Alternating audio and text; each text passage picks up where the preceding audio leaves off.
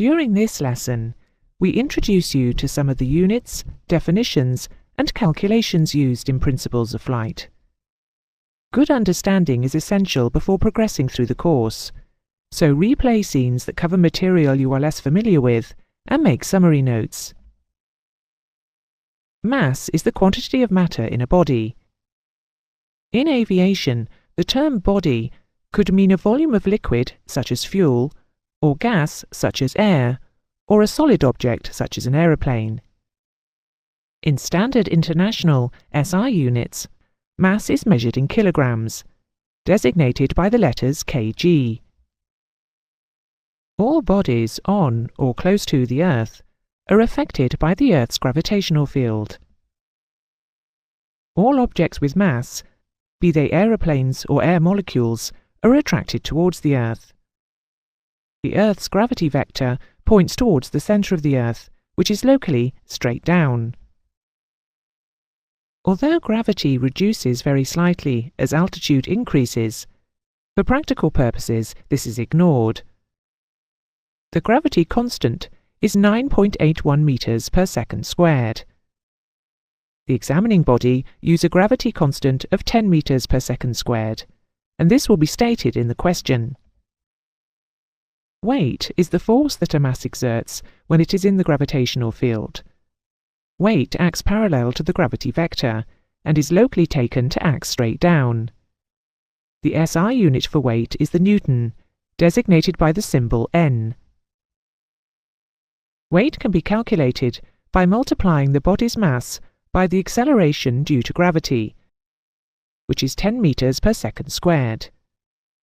This means that a mass of 1 kilogram has a weight of 10 newtons on Earth, and a 60,000 kilogram aeroplane has a weight of over 500,000 newtons. The force of weight is taken to act from a single point within the body, which is called the centre of gravity. An aircraft's weight acts from its centre of gravity. For an aeroplane to maintain stable flight and have sufficient control, the aeroplane's centre of gravity must be within a safe narrow range.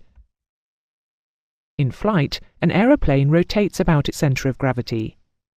This means that the aeroplane always rolls around its centre of gravity. When the aeroplane's nose moves up or down, it is pitching around the centre of gravity. And when the aeroplane's nose moves left or right, it is yawing around the centre of gravity.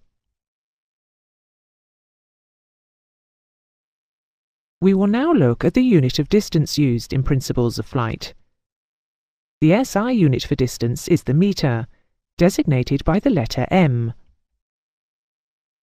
But aviation mixes the metric units with the older imperial units of the foot, statute mile, and the nautical mile. You must memorise that there are 6,080 feet in 1 nautical mile, 5,280 feet in 1 statute mile, and 3.28 feet in 1 metre, together with the other probably more familiar conversions shown. Due to the constant mix between SI and other distance units, a pilot must have the ability to convert between these units quickly and accurately. Using the given conversions and your calculator, answer these questions. Type your answer in the appropriate boxes and then click Submit.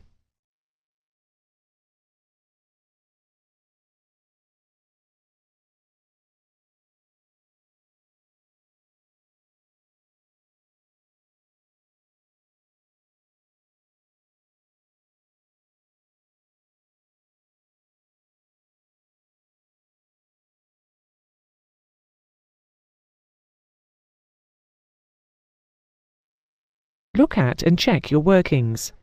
If unsure, repeat this section before continuing.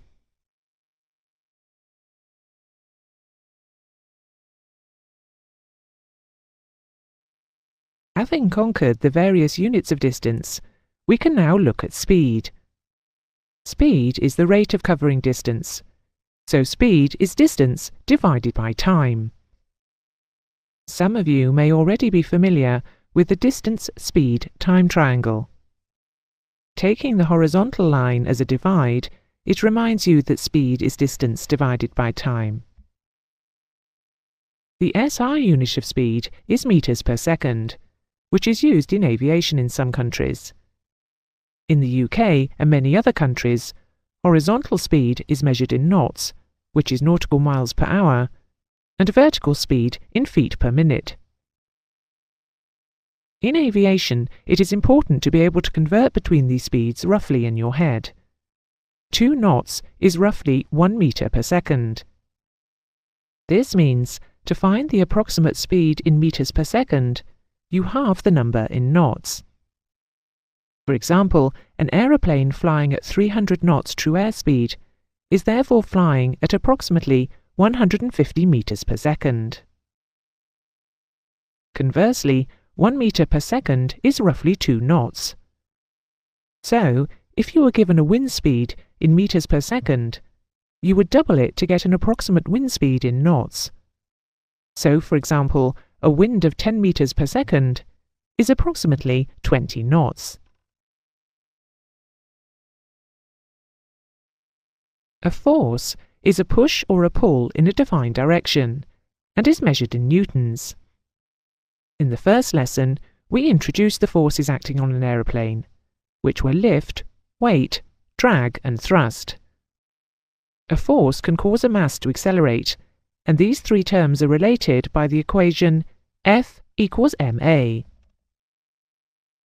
A force is said to do work when it moves an object a distance. The amount of work done depends on the size of the applied force and the distance it moves the object. The unit of work is the joule. Calculate the work done in this question, type in your answer and click on the Submit box.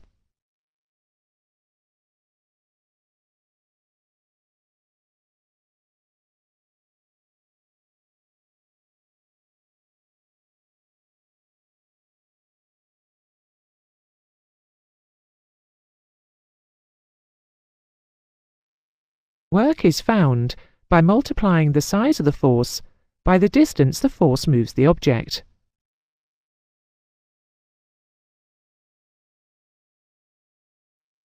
However, no work is done when a force does not move an object.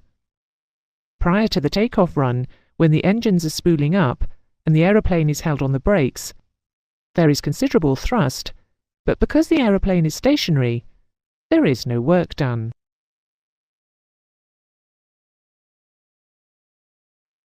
Power is the rate of doing work, and is therefore expressed in an equation as power equals work divided by time.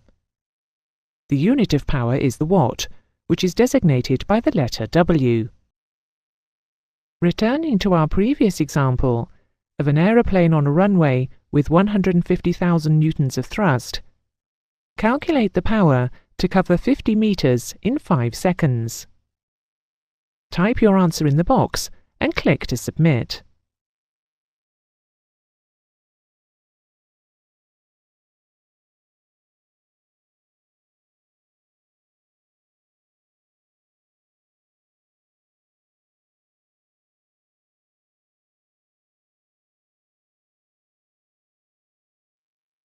Power is found by dividing the work done by the time it was achieved in.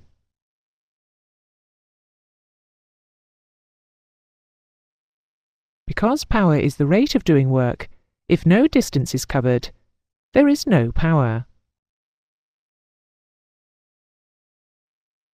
The last part of this lesson looks at energy and Newton's laws of motion. We will first look at energy, which is measured in joules.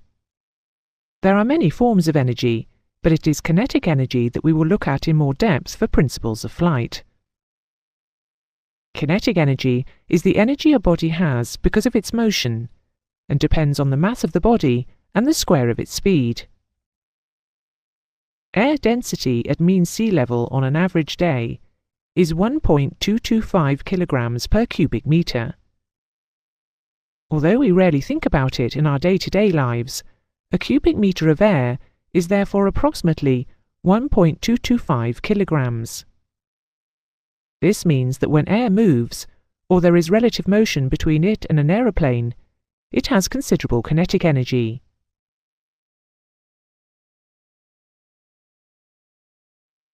The kinetic energy is found by squaring the air's speed in meters per second by the mass of the cube of air, and then halving it.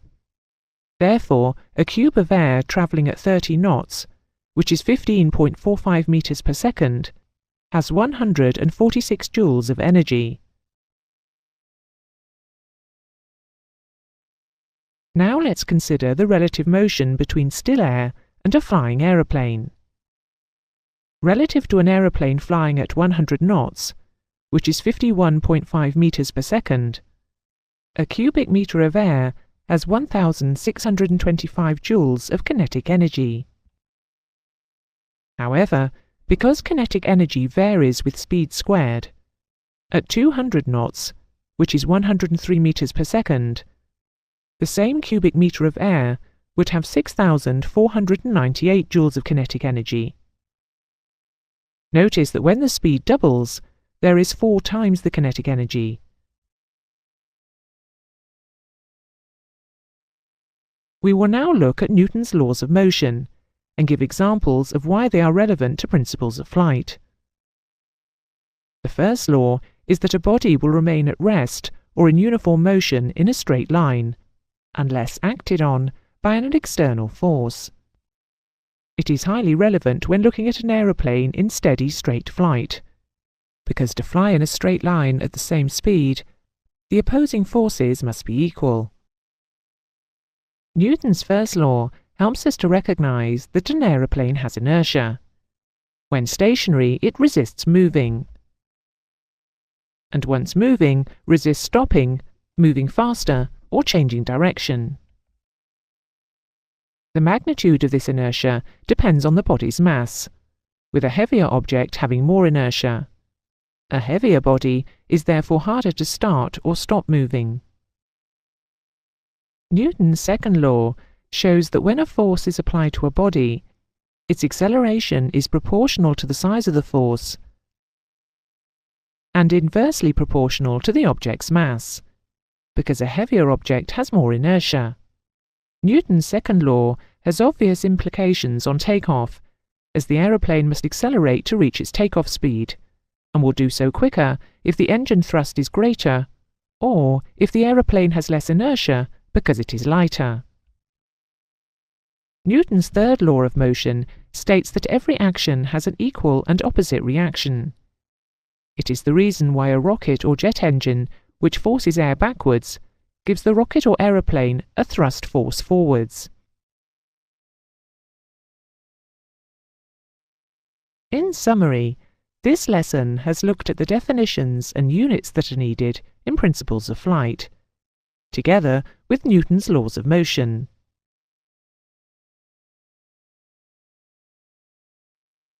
Look again at the distance and speed conversions. There are 5,280 feet in a statute mile and 6,080 feet in 1 nautical mile. As an approximation, halve the knots to find meters per second. You were then introduced to Newton's 3 laws of motion.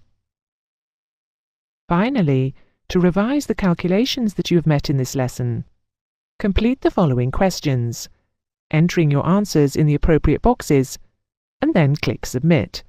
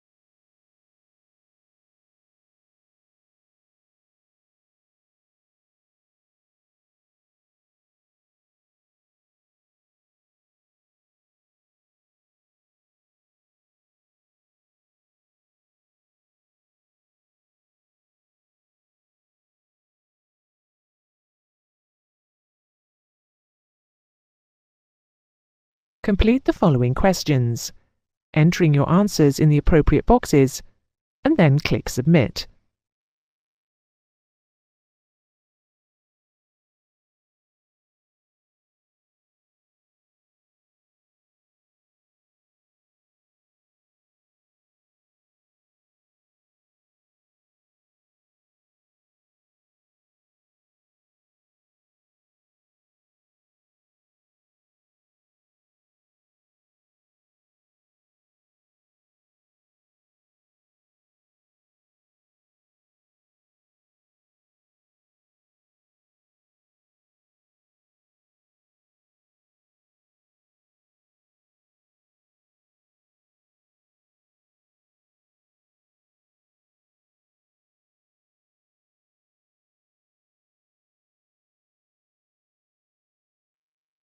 Check your workings and ensure that you are happy with the calculations. If you found any sections of this lesson difficult, go back and review them before ending the lesson.